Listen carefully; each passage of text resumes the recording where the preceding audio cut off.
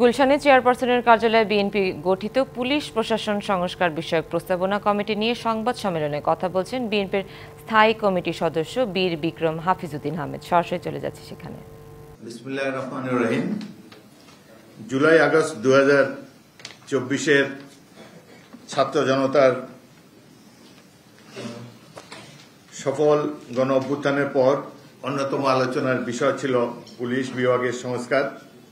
পেশাদারিত্বের বাইরে গিয়ে পুলিশ ক্রমাগত মারমুখী আচরণ এবং ক্ষেত্র বিশেষে অস্বাভাবিক হিংস্র কর্মকাণ্ড সার্ভিস হিসেবে পুলিশের মর্যাদাকে প্রায় শূন্যের কোঠায় ঠেলে দিয়েছে। আন্দোলন দমনের নামে অতি অল্প সময়ের মধ্যেই সহস্রাধিক মানুষের নির্মম হত্যাকাণ্ড দেশবাসীকে স্তব্ধ করে দিয়েছে।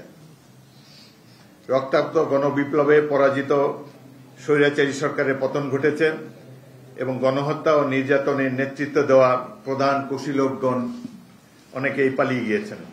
মাঠের অলরাউন্ডার আমি, আর ঘরের allrounder Tylox. Tylox toilet cleaner, clean মানেই টাইলক্স। বাকিরা রয়েছে আত্মগোপনে। দৃশ্যপট থেকে জনগণের প্রতিপক্ষ মূল হোতারা পালিয়ে গেলেও রাষ্ট্রীয় অপরিহার্য সংগঠন হিসাবে পুলিশ এখনো দৃশ্যপটে রয়ে গিয়েছে। এর অন্তর্ধান কিংবা বিলুপ্তি কোনোটাই কাম্য নয়। পুলিশকে বাদ দিয়ে কোনো রাষ্ট্র বা সমাজ কল্পনা করা যায় না। অতএব প্রায় গণশত্রুতে পরিণত হওয়া সত্ত্বেও এই বাহিনীকে ছেঁটে ফেলার কোনো সুযোগ নাই। একে আবার সংশোধন করে দাঁড় করাতে হবে। রাষ্ট্রের এই অত্যাবশ্যকীয় সার্ভিসটির সংস্কার এখন সময়ের দাবি।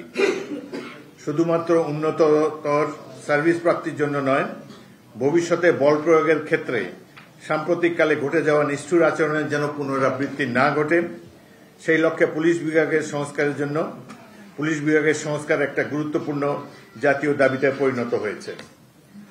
জনপ্রতিনিধিশীল এবং কার্যকর গণতন্ত্র পুনঃপ্রতিষ্ঠা, জনগণের ক্ষমতায়ন এবং কল্যাণের জন্য বিএনপি তার প্রতিষ্ঠা লগ্ন থেকেই কাজ করতে গিয়ে সীমাহীন ত্যাগ স্বীকার করার মাধ্যমে অব্যাহত লড়াই চালিয়ে যাচ্ছে।